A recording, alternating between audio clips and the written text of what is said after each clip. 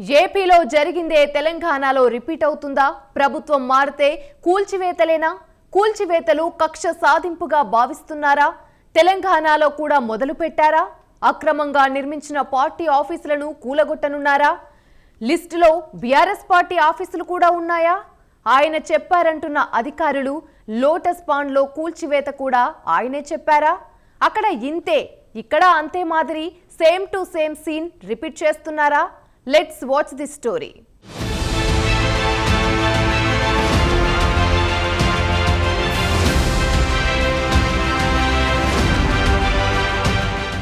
రాజకీయాల్లో కక్ష సాధింపు చర్యలు సహజం. అధికారంలోకి వచ్చిన వెంటనే అప్పటి వరకు పాలన చేసిన పార్టీపై కక్ష సాధిస్తారు.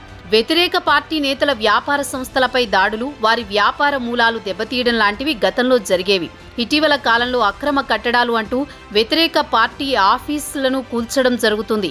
2019లో ఏపీలో అధికారంలోకి వచ్చిన వైసీపీ ప్రభుత్వం ఈ కూల్చివేత పర్వానికి నాంది పలికిందని చెప్పొచ్చు. అప్పటి వరకు అధికారంలో ఉన్న టీడీపీ ప్రభుత్వం రాజధాని అమరావతిలో నిర్మించిన ప్రజావేదికను కూల్చారు. అది ప్రైవేట్ కట్టడం కాకపోయినా టీడీపీ ప్రభుత్వం దానిని ఎంతో ప్రతిష్టాత్మకంగా భావించింది. సీఎం సమీక్షల కోసం, ప్రెస్ మీటింగుల కోసం దానిని ఉపయోగించేవారు. అలాంటిది అది అక్రమ కట్టడమని కూల్చేశారు వైసీపీ ప్రభుత్వం వచ్చిన వెంటనే. దీనిపై అప్పట్లో తీవ్ర విమర్శలు వచ్చాయి. ఇటీవల ఏపీలో అధికారంలోకి వచ్చిన కూటమి ప్రభుత్వం కూడా కూల్చివేతల పర్వానికి తెరలేపింది. మంగళగిరిలోని వైసీపీ కేంద్ర కార్యాలయాన్ని అక్రమ కట్టడంగా పేర్కొంటూ కూల్చివేశారు. ఇంకా జిల్లాలో 7-8 వైసీపీ కార్యాలయాలు కూడా అనుమతులు లేకుండా కట్టినట్లు ప్రభుత్వం చెబుతోంది. వాటిని కూడా కూల్చివేయడానికి నోటీసులు జారీ చేశారు. దీంతో దీనిని కక్ష సాధింపు చర్యగా వైసీపీ భావిస్తోంది. దీనిపై హైకోర్టులో పిటిషన్లు కూడా వేశారు.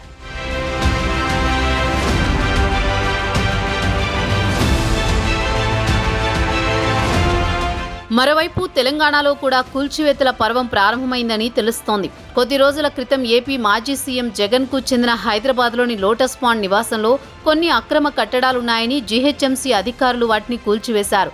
అది అప్పుడు సంచలనంగా మారింది. తెలుగు రాష్ట్రాలలో ముఖ్యంగా ఏపీలో కాంగ్రెస్ కు చావు దెబ్బ కొట్టారు జగన్. తనకి సీఎం పదవి ఇవ్వలేదని పార్టీ మారి కొత్త పార్టీ పెట్టిన సంగతి తెలిసిందే.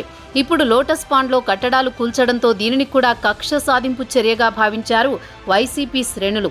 జగన్ భద్రత కోసం అంటూ నిర్మించిన ఈ సెక్యూరిటీ అవుట్పోస్ట్ కట్టడాలకు అనుమతులు లేవని ఆరోపణలొచ్చాయి.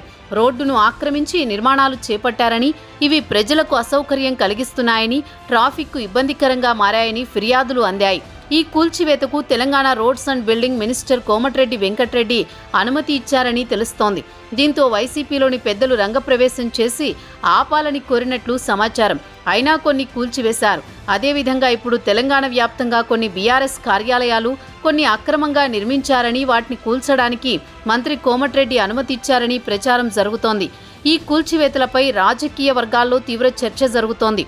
తాజాగా నల్గొండలోని బీఆర్ఎస్ పార్టీ జిల్లా కార్యాలయం వార్తల్లోకి ఎక్కింది. ప్రభుత్వ భూమి స్వాధీనం చేసుకుని బీఆర్ఎస్ ఆఫీసును అనుమతి లేకుండా కట్టారని, దీనిని కూల్చివేయాలని మంత్రి సూచనలు చేసినట్లు తెలుస్తోంది. దీంతో ఏపీలో మాదిరి ఇక్కడ కూడా కూల్చివేతల పర్వం ప్రారంభమైందని రాజకీయ విశ్లేషకులు చెబుతున్నారు.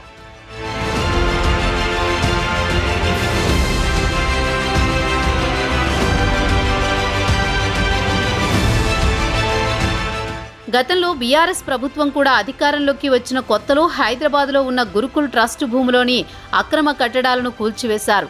అప్పట్లో అది చాలా సంచలనంగా మారింది. ఆ కూల్చివేతల జాబితాలో నటుడు నాగార్జునకు చెందిన ఎన్ కన్వెన్షన్ అనే పెద్ద ఫంక్షన్ హాల్ కూడా ఉండడంతో ఈ అంశం చర్చనీయాంశమైంది. తర్వాత దానిపై నాటి కేసీఆర్ ప్రభుత్వం అంతగా దృష్టి సారించకపోవడంతో దీనిని ఒక బెదిరింపు చర్యగా భావించారు అందరూ. ఈ విషయంలో డబ్బు చేతులు మారినట్టు అప్పట్లో వార్తలొచ్చాయి. అప్పుడు అదే బీఆర్ఎస్ పార్టీకి చెందిన కార్యాలయాలు అనుమతులు లేకుండా అక్రమంగా నిర్మించారంటూ ఆరోపణలొస్తున్నాయి.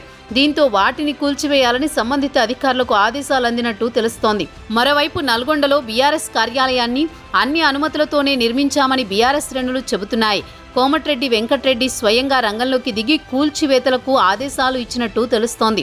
దీంతో ఇప్పుడు తెలంగాణలో కూల్చివేతల రాజకీయాలు హాట్ టాపిక్గా మారాయి. గతంలో ఈ విధమైన కూల్చివేతలు జరగలేదు. ఏదైనా రాజకీయ పార్టీకి కార్యాలయం నిర్మించుకోవడానికి ప్రభుత్వం స్థలాన్ని కేటాయిస్తుంది.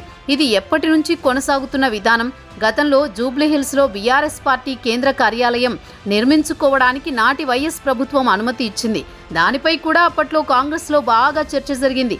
అయితే ఒక రాజకీయ పార్టీకి ప్రభుత్వం స్థలం ఇవ్వడం తప్పులేదని వైఎస్ సమర్థించుకున్నారు.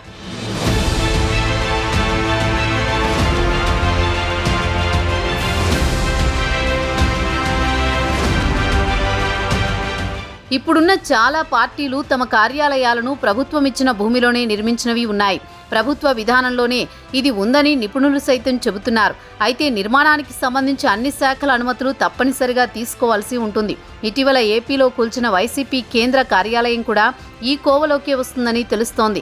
కొన్ని శాఖల నుంచి అనుమతి లేకుండానే నిర్మాణాలు చేపట్టినట్లు తెలుస్తోంది. ప్రభుత్వం తమదే కదా అని ఇష్టానుసారం నిర్మాణాలు చేపడితే కుదిరే పని కాదని ప్రస్తుతం జరుగుతున్న పరిణామాలతో అర్థమవుతోంది. మరోవైపు వీటిని కక్ష సాధింపు చర్యలుగా ఆయా పార్టీలు భావిస్తున్నాయి. ఏది ఏమైనా 2 తెలుగు రాష్ట్రాలలో వ్యతిరేక పార్టీ కార్యాలయాలు కూల్చివేతలు ఇప్పుడు పెద్ద చర్చనీయాంశంగా మారాయి. చూడాలి ముందు ముందు ఇలాంటి కూల్చివేతలు ఎన్ని జరుగుతాయో అని.